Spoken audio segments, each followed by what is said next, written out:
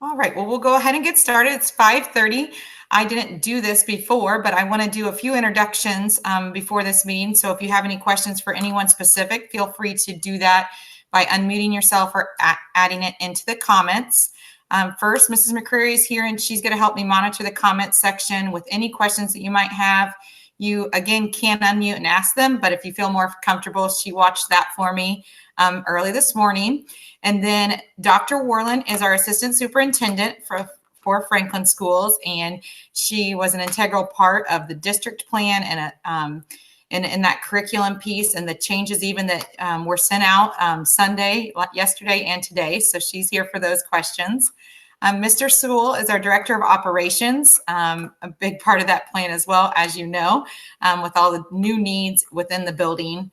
And let me see, I don't think Dr. Clendening's on here. He's probably getting ready for the school board meeting here in an hour or so. But if he pops on, we will make sure that he chimes in when he gets here. So, and then we also have some teachers joining us. Miss Clendening, it looks like, Mrs. Erickson, Miss Ruddle, and some staff, Mrs. Sharp. So thanks for joining us. And if you want to ask any questions or help answer any questions, feel free. So thank you for attending the Google Meet regarding the reentry plan for Franklin Schools and Union Elementary. And Dr. Clendening did just join us, and he'll help us answer some of these questions as well. Thank you, Dr. Clendening. And again, you can feel free to unmute it at any time to ask a question or put it in the comment section, because we know if you have the question, other parents have the question. So any questions, if I can't answer them, I have some central office big dogs on here that will answer them, or we'll get back to you for sure. So we'll go ahead and get started. Does anybody have any questions before I go ahead and start and go through a few of the big things in our entry plan that have caused some questions or emails over the last couple of weeks? Does anybody have any questions to start the meeting? Any burning questions? All right, well, we'll go ahead and I will just highlight some areas within our union reentry plan. Stop at any time. We'll go ahead and start with counseling. Not a lot will change with our counseling. Ms. Cook will still do lessons in the classroom and also small group and one-on-one with our students. We know we'll have a lot of students that'll struggle coming back in August. One, because they've been home since March. That's going to be some tears and some worries. Also, because some kids have watched a lot of news and heard a lot of things. And so that's where Ms. Cook will play a big part along with the classroom teacher. The only big change with that in her counseling lessons, I am going to move her up to a classroom so she has more room for her small groups and also just to spread out when she's meeting with kids individually. So Ms. Cook will be with us and providing those lessons and that counseling piece for any kids that do need it, and actually staff as well. So she's there for us and for the students. But nothing really has changed within that counseling role, and we'll provide that support. Under the ECA piece of our reentry plan, I did state that we don't have any clubs that in the last 3 years that started before October. I don't foresee that changing this year. Usually Spell Bowl starts up beginning of October. So we'll reevaluate that as needed. But at this juncture at Union specifically, we do not have any ECAs that will be in the first few months, and we'll keep monitoring that as we go. Our ECAs are all taught by FCSC staff, so that's something that's important because we won't be able to have visitors.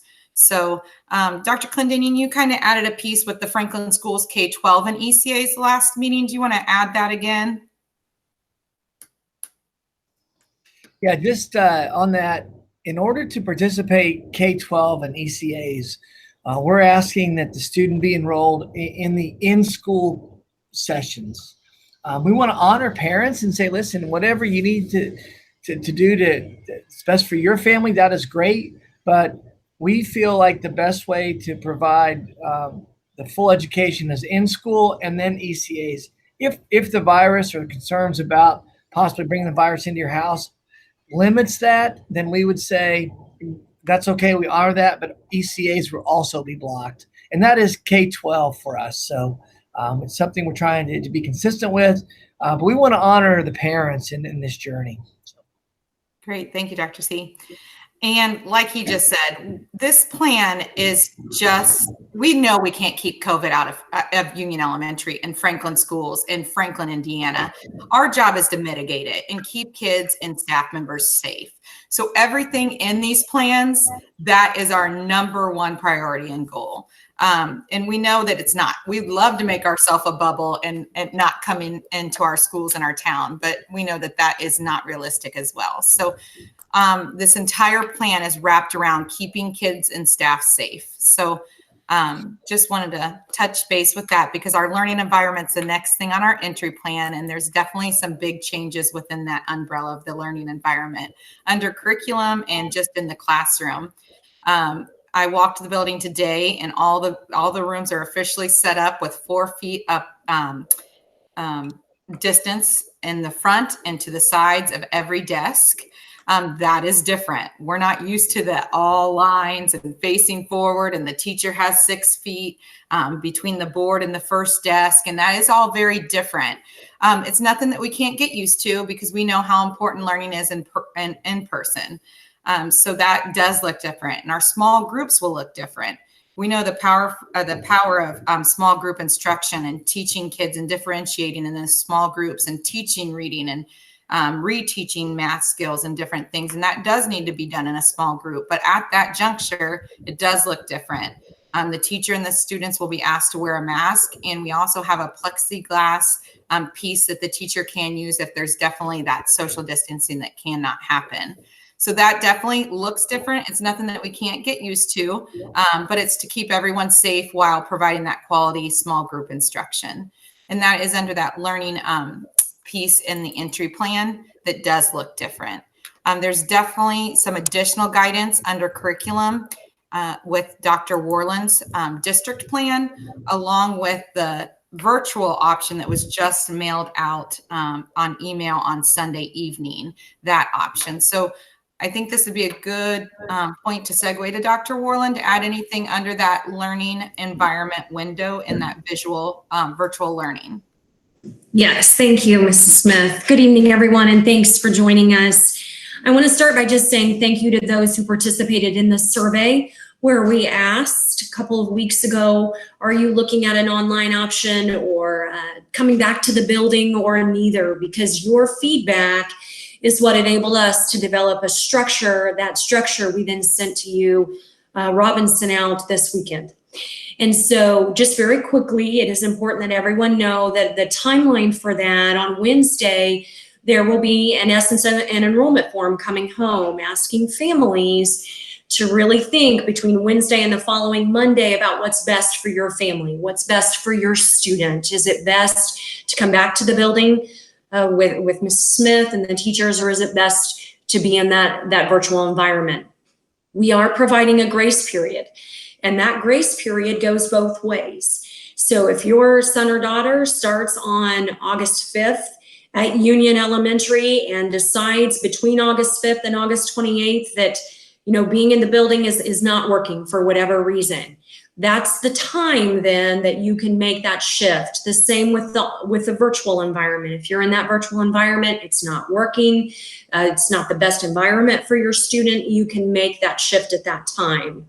You can also make a shift at the end of the semester, the end of the fall semester in December before we start the spring semester. So there are some opportunities for you in there to make decisions about what's best for your student. Those virtual courses will be taught by Franklin Community School teachers, by our own teachers. We will be using our curriculum, our ELA curriculum, Wonders, our everyday mathematics curriculum. So some of these components with the social studies and science, those will look familiar to you, even though it's in a virtual environment. Also, I think it's important that you understand if your student is ill. So I want to talk about that for just a second, Mrs. Smith, if that's okay. If your student is ill, whether it's 2 days, 3 days, 7 days, 14 days, and if you're in Mrs. Small's class, you remain in Mrs. Small's class. So if you've decided I'm coming back to the building, I want to see Mrs. Small every day, but you're ill or you're out or somebody's out, you will still remain with Mrs. Small. Okay, I want to make sure that that's clear. She will work with the family just like we would with any student who's absent. If your student is in a virtual environment, your student is still a Union Rambler. So you will still receive communication from Mrs. Smith and from the PTO and those types of connections with that environment. And so I know that's important to many of our families, and I want to clarify on that point. Is there anything else I've left out, Mrs. Smith? No, that's great. I think that virtual option is the newest thing in the last few days, that parents will just have to wait and see what's going to work best for the family, like you said. And we do have that grace period between August 5th and August 28th to see what's right. You know, with either your family being sick or not sick and different things like that's going to play an important role in your decision. And just the health and well-being of your child. And if you are able to stay home and do it, and that's what's best for your family, that is up to you. And you're the parent making that decision. We're just glad we're still part of your child's life, either virtually or at Union. So thank you, Dr. Warland. We talked about masks during that one-on-one instruction and or small group instruction, which will be different. And also in the hallways. Those are going to be big places along with the bus. And I'll have Dr. Sewell, Mr. Sewell, join in here about the buses in a minute. But I encourage you now, starting now, and I'm of course going in different places, they're required and so forth, but have your child find a mask that is comfortable for them.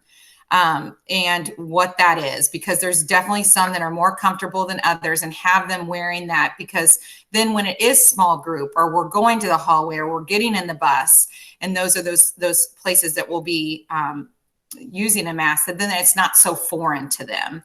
And we'll talk a little bit more about masks later in the entry plan. The master schedule will not change. We'll still have our 90-minute reading block and our 60-minute math block. We do just have a little bit more time in our master schedule with transitions, because bathroom's going to take longer. Just transitioning with hand sanitizer in and out of recess is going to take longer. Lunch cleanup and what Mr. Potter needs between those is going to take a little longer. So there's just a few adjustments within that master schedule, but primarily the reading and math blocks are in the middle. Lunch and recess is in there, along with then the specials in the afternoon. So nothing's really changed on that schedule other than just some longer transition times, because we know how much longer it's going to take on some of those things. And corralling all our little people. Recess is one that we want our kids to be outside. So I didn't talk about that in the learning environment, but the teachers came up with a great idea when we've been brainstorming different things. We got a clipboard for every single kid. When Miss Clendenning or Mrs. Clark can take the kids out to work within the reading block or math block, we're taking them outside. They can spread out, they can have fresh air. So we are going to assign clipboards. It's another piece, and whiteboards to every kid, so that can be something that can travel with learning. But along with recess, we'll hand sanitize when we go out, hand sanitize when we come in. But being outside is, Dr. C always says it, it's the best thing. You have the UV lights, you have the fresh air. And so we'll do that as much as possible. And I can see specials doing that. Instead of maybe coming into the classroom, because that's a long time for kids to be in one seat in the classroom, as we know. So did we have a question pop up, Mrs. McCreary? We do have one from a parent. Hi. Question is, are start and end times going to be the same as last year? And that includes our different Wednesday time. Yes. So we will have the early release on Wednesdays, but not the very first day of school. I believe that first early release is August 12th. So that will be at 1:40 on August 12th. Great question. We won't have it the first Wednesday just because we're getting into that routine and I'm coming back to school that first day. Right now, and Mr. School can jump in here, right now, 7:20, I think, unless we're going to have to do a couple different rotations on that bus, but 7:20 to 2:20 is what we're tentatively scheduled for our day. I know there might need to be some adjustments with some busing, but can you help with that, Mr. Sewell? We are going to be on the normal schedule in the fall, or in August. The buses are going to try to run very close to right on time so that the kids are, as they arrive at the school, are not going to spend any extra time sitting on the bus waiting for release. So that's going to be a combination of the bus drivers adjusting the time that they start their routes to try to finish as it close to right when the building is ready to accept them as we can. But that we do want to operate our buses in a way that keeps that ride time as short as we can make it. Great. While I'm on that topic, I might as well explain the buses will operate with their windows cracked in the cold months, but down in the warm months to really make sure we're getting good fresh air through the buses. Students and the driver are going to wear masks while on the bus, and we'll have hand sanitizer available there, and everyone will be on in assigned seats so that we can have good opportunity to kind of know who's been close to who if we get into a situation where the health department is contacting us to assist them with contact tracing. The other change we're making for this school year is we are going to allow one pickup location and one drop-off location for each student. So in the past, we've been able to help families that may have their child going to one parent or grandparent on one day and a different location on another day. And we simply cannot manage that under the circumstances. So we're going to ask you as parents to designate one pickup and one drop-off location, and then take responsibility for any trips or drop-offs outside of that framework. The other thing related to that, if Johnny wants to go to Billy's house for the birthday party, parents will have to get Johnny to Billy's house. Johnny will not be able to join Billy on Billy's bus. So that's another thing as we try to do the best we can to keep those bus routes short and be able to do contact tracing. We're going to need your help with that, and we'll be a little less customer oriented in that respect than we have been in the past. The other thing we are asking families where possible is if you are able to bring your student to school to kind of relieve some of the bus capacity issues we have, we would welcome that from you, that help from you. I don't know that our buses are as full at Union, so it's not as critical there, but want to just put that out there for you, that if you can get your kids to school, that helps us as we try to kind of minimize the number of kiddos that are in close contact on our buses. Did I hit all those my talking points, Dr. C? I think so. Mr. I got all of them this time. We do have a question concerning transportation from a parent. She asks, in the survey, we chose to make our child a car rider. Is it possible to be a bus rider if there is a time when we need to utilize it? It will be the same address when needed. Yeah, I think when we find a kid at a bus stop, we are gonna pick them up or drop them off. And so if you can work with us and letting the transportation department know to expect that, so we can make sure that there is an assigned seat ready for that student, that would really help us. We know there's going to be days when maybe you're running late and you miss the bus and you bring the student, or you need to put the student on the bus, and we can generally work with that. What we won't be able to do is to modify the pickup or drop off location on a routine basis. Great question. It is a great question. Thank you for those questions about pickup and drop off. And just one more thing to Mr. Fonstad's question. We do dismiss at 2:20 for bus riders and car riders, and that will look a little different because we will only do so many classes at a time. We are still trying to work out the car rider pickup at 2:20.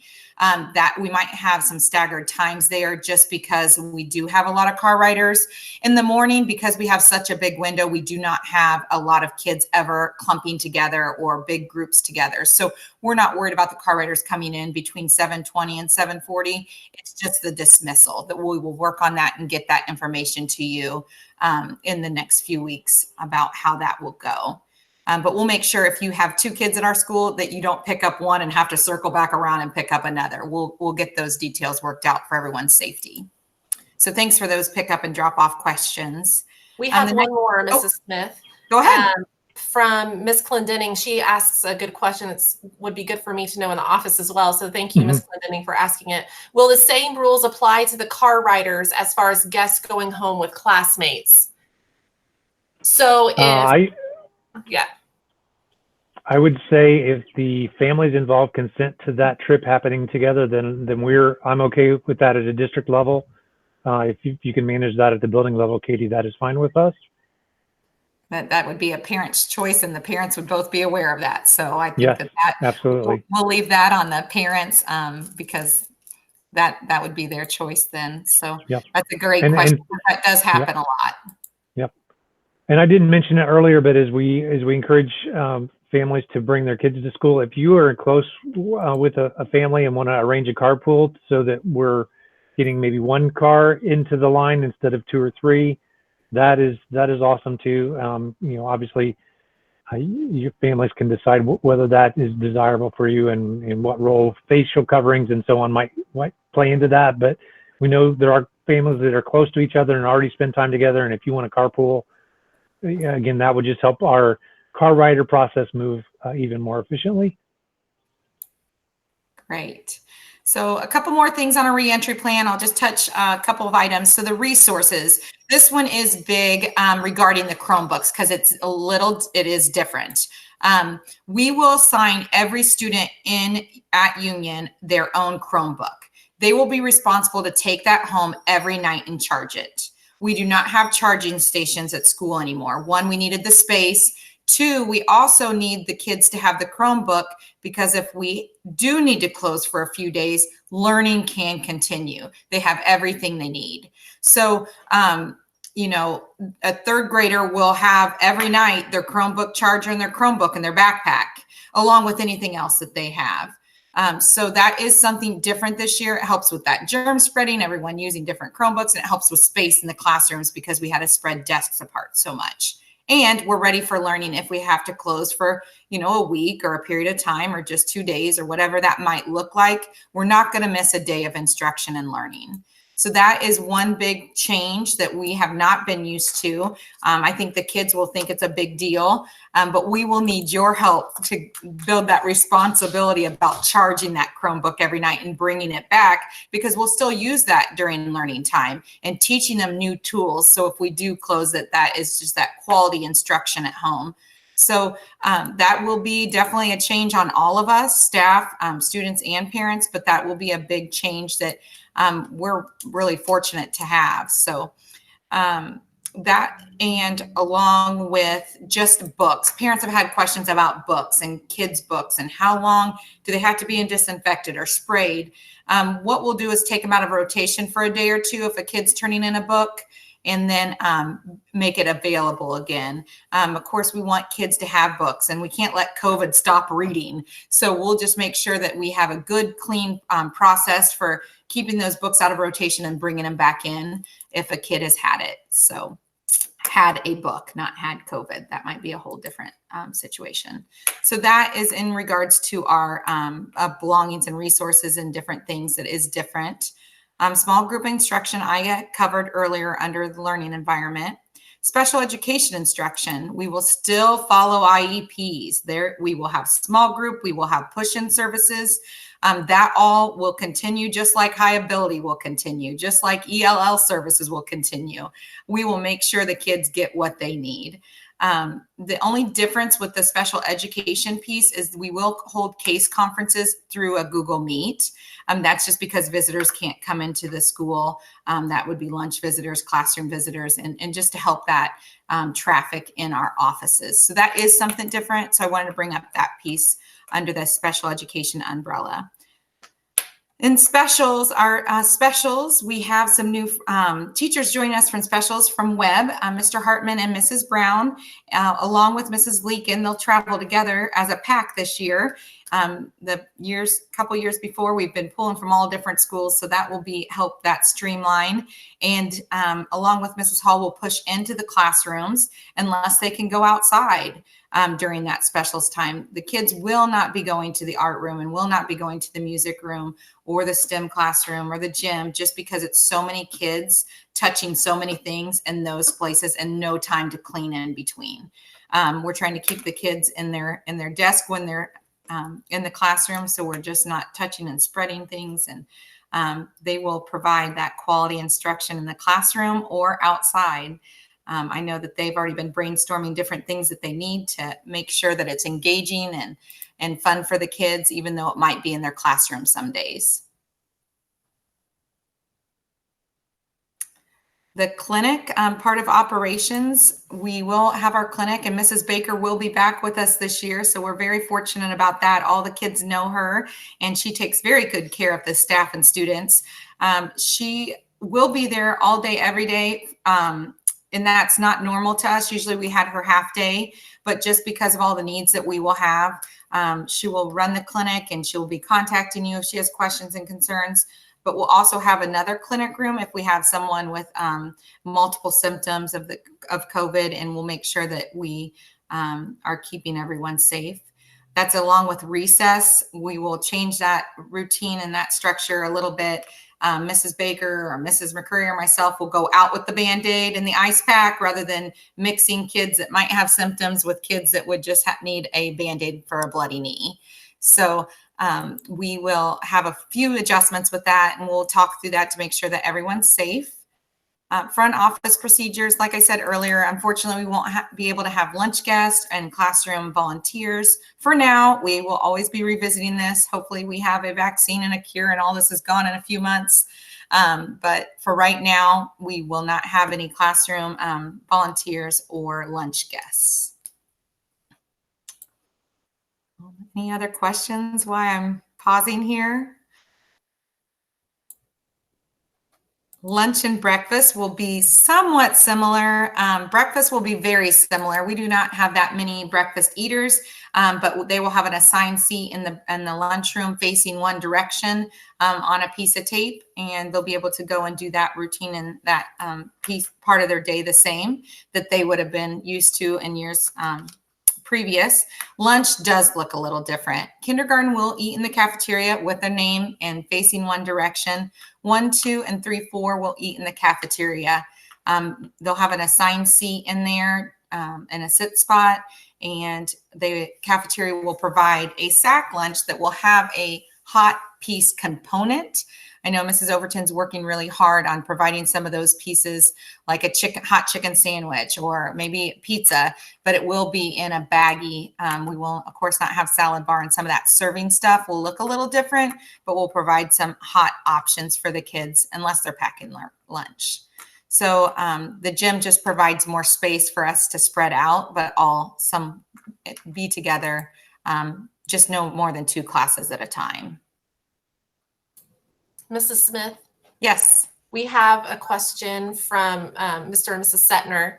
Yes. They're wondering, what will the process be for an early pickup or from Cub Care? So it goes back to guests and transportation.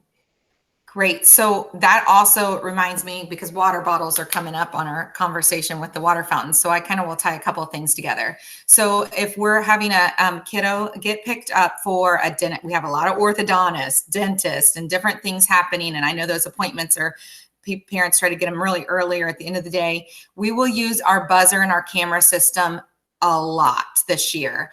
That goes to play with if kids forget water bottles or lunches. We know it happens. They get stuck in the car or left on the kitchen counter. We will just use that video and that intercom so that we come to you to get that, or we bring the sign-in sheet to you and make that connection to get the kids so we know they're in our building. But the parents won't come all the way into the office unless we need something or to copy something, and kind of would depend on that, but they wouldn't go past the office. But most likely everything will happen at the door or right inside the door. So great question. Thank you for asking that. We've been talking about those cameras and weather, if it's snowing and windy and what that might look like. We might have to use that entryway a little bit for that. But we know we'll have lunch boxes and water bottles and different things and orthodontist appointments, and that life still has to continue on. And so we'll use our great technology for that and come to you more than you would be buzzed in. Thanks for asking.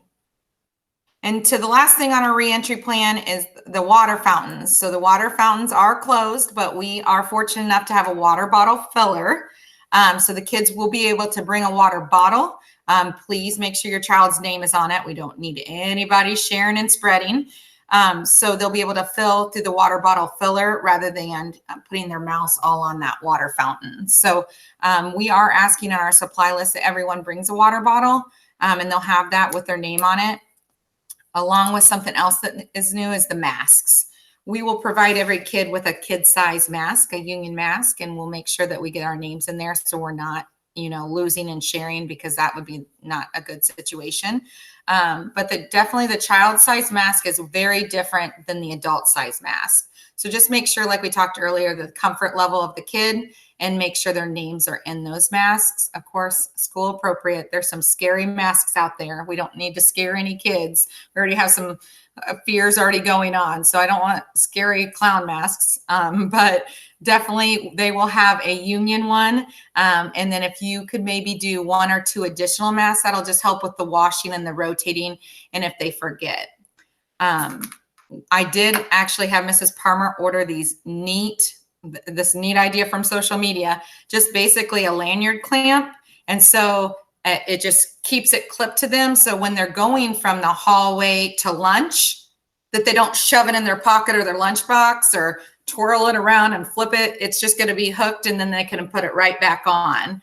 So we ordered those today. So then especially our little people that lose things already, that might even be in their hand or somewhere very close, that'll be connected to them. So we did order every kid one of those today, just to help with not losing this and making sure other kids don't get other kids' masks. So Union is definitely buying one, but if you could get 1 or 2 additional ones purchased, just so you can keep those washed and ready for the kids. So I think that's all of the re-entry plan, other than we will have a Meet the Teacher night, more tailgate style this year outside. And so you can meet teachers and have any of those conversations in the circle in front of Union. We'll also have yearbook pickup and old supply pickup and all that stuff, a different tent for each one. And just to see everybody. We won't be hugging, even though we want to just pick them up and hug them and squeeze them, but we definitely want to see everyone in not a virtual format. So with our kindergarten parents, I have a few kindergarten parents on here. I will make sure that we video some of that kindergarten classroom and post that so your kid can get familiar with that, because usually we're in the classrooms on Meet the Teacher night, or any of our new students. That'll be important just to make sure they feel comfortable and ready to learn. Mrs. McCurry, do we have any questions popping up? Yes, one just did. Will you be announcing a 3rd grade teacher before school since Mrs. Dressler has retired? Who's that question by? Mrs. Burton. That is Mrs. Burton. Well, in 1 hour, actually 57 minutes, pending board approval, your 3rd grade teacher was on here. It is Mrs. Ruddle. You might know Mrs. Ruddle from preschool. She was our Cub Academy assistant. Mrs. Ruddle taught in Clark Pleasant right out of graduating from Purdue University, and she is on the board agenda for approval tonight. So, and it will be official then. Thanks for asking. And we do have another question from Mr. Fonstad. What factors will be used to determine if the schools need to close for several days or longer? Mrs. Smith, I'm going to take this one. This is Dr. Clendenning speaking. So the factors will be our board policy, which is 20%, but we're also going to be in constant contact with the Johnson County Health Department. And there are a lot of people that are weighing in and sharing information about this, but that's going to be our one-stop shop that we're going to go to seek that advice. I will also say that it is possible that in our era that we're in with COVID-19, that we may have one classroom closed and the rest of the school stay open, or one building closed and the rest of us stay open. That's why we're assigning seats to everything we're doing. That's why we're really limiting the exposure and opportunity for people. Masks continue to be a topic of conversation throughout the nation. I will just tell you, we are wearing masks in our district. We're going to wear them on the bus. We're going to wear them when you enter into the building. We're going to wear them in the hallways and when they break that 6-foot barrier. Because remember, the mask is intended to help the other person. When they wear theirs, they're helping you. And so that's why we're doing it. But as far as our factors to look at, we're going to look at attendance rate. We'll look at the information. A couple questions come back to us in the other meetings with regard to, well, if we find out, can we tell everybody that so-and-so has COVID-19? And the answer is no, we can't with regard to HIPAA. But the Indiana Department of Health will be contacting parents. And that's another reason why we need that assigned seat, so we can get that information out. And it's their job to share that information. But we want to make sure that we can stay in school for 180 days. We're going to be flexible throughout our journey here, as you hear today. Our reentry plan. There are other plans kind of behind the scenes if we have to go back to at-home learning, which takes us to a conversation that's going to happen tomorrow night with Dr. Worland. Dr. Worland, do you want to talk just a little bit about that opportunity? Absolutely. Thank you, Dr. Clendening. Yes, tomorrow night, and I will add this information over here in the chat. If you're interested in discussing, what were the strengths and challenges and opportunities for at-home learning from a parent perspective. I had my first meeting with teachers today. Some of them are in this meeting, and it was a great conversation. But I want to hear from parents as well. So we'll have a conversation tomorrow night from 5 to 6.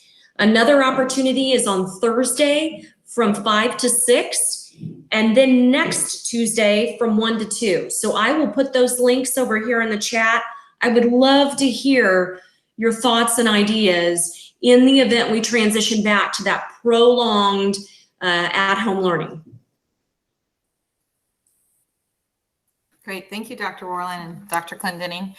I went through the union reentry plan, and the district one along with the union reentry plan are both on the school district website. I also sent out through Blackboard email messaging. So please feel free, if something comes up after you think about it, don't hesitate to email me, call me, and I would be happy to answer that or get the answer for you.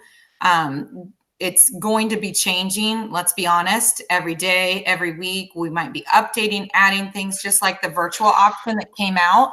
That all came from surveys and feedback from all of you. And we want to give that option because as a parent, we want you to be comfortable with your child's learning, and we want your child to be comfortable and safe. So we've provided and planned for options and making sure that learning can continue and that's important. So do we have any other? Oh, thank you, Mr. Suttner. Assigning seats. Along with that assigning seats, he's talked about Mr. Sewell also mentioned this. There will be a contact tracing team that will come into play if we ever need it, or the Johnson County Board of Health needs it, or Dr. Morgan needs it. Always on that contact tracing team will be the classroom teacher, because they live with that child all day, every day. Myself, Mrs. Baker, and any other additional office staff if we need to put pieces together or so forth. And that might come into play and be needed. So we needed to make sure that we did have that contact tracing team in place if we do have a case pop up. Maybe if or when, so we have that safety procedure in place.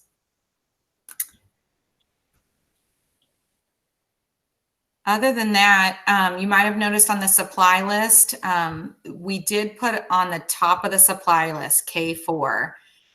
if we go on an at-home learning for a day or 2 days or a week or 2 weeks or a month, we noticed that a lot of times kids didn't have some of the supplies they needed. So there is a little piece that the teachers, when we were having a conversation, that would help with their learning if you had those things at home. So if you need to buy, 2 pairs of scissors, that would be really helpful just in case, because we won't be wanting to bring those tools back and forth, and every kid has to have their own tools at school. So you'll see that at the top. If that's at all possible, that would be really greatly appreciated. And then at the bottom, it talks about the masks and the water bottle for K4. So those are new. I know there might be questions about that, a little bit different. But other than that, and some of the things we talked about, we'll add to it, revise it, anything that we need as the days and weeks get closer to August 5th.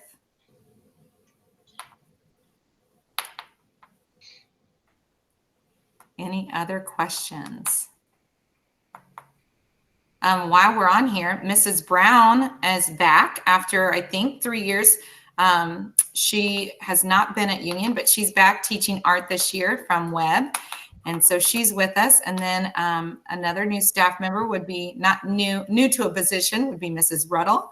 So they're on here with us today. So thanks for being here and welcome to the U. Other than that, Mrs. Kramer, did you get your Art to Remember stuff from Mr. Stan? Oh, can't hear you. Oh, comes up. Okay, great.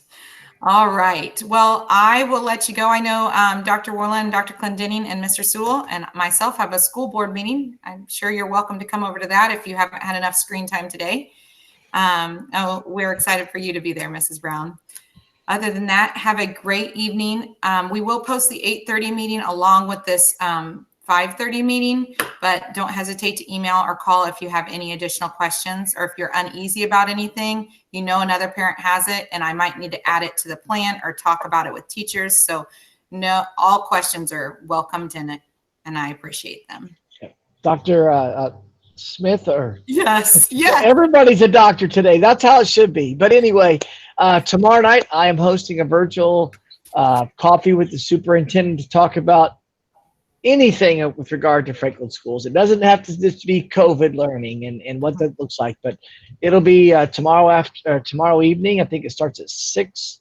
I'll make sure that gets out to Mrs. Smith and she can share that. But we'd love to have people. We've had anywhere between 35 and 52 people join the virtual coffees. It's been very successful, and we just share information about what's going on. I know there's going to be a lot of things happen between now and August 5th, and we're starting to see these things percolate out already.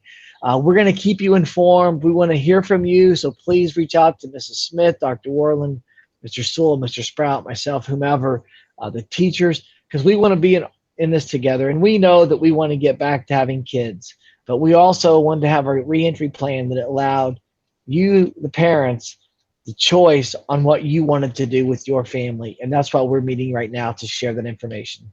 So with that, I'll just say thank you and come over to the school board meeting tonight, 7 o'clock. Should be fun. Great. Thank you, Dr. Clendenning. Thank you, everyone, for joining us. And I will continue communicating via Blackboard, email, and the social media and our webpage. So stay tuned. Good evening.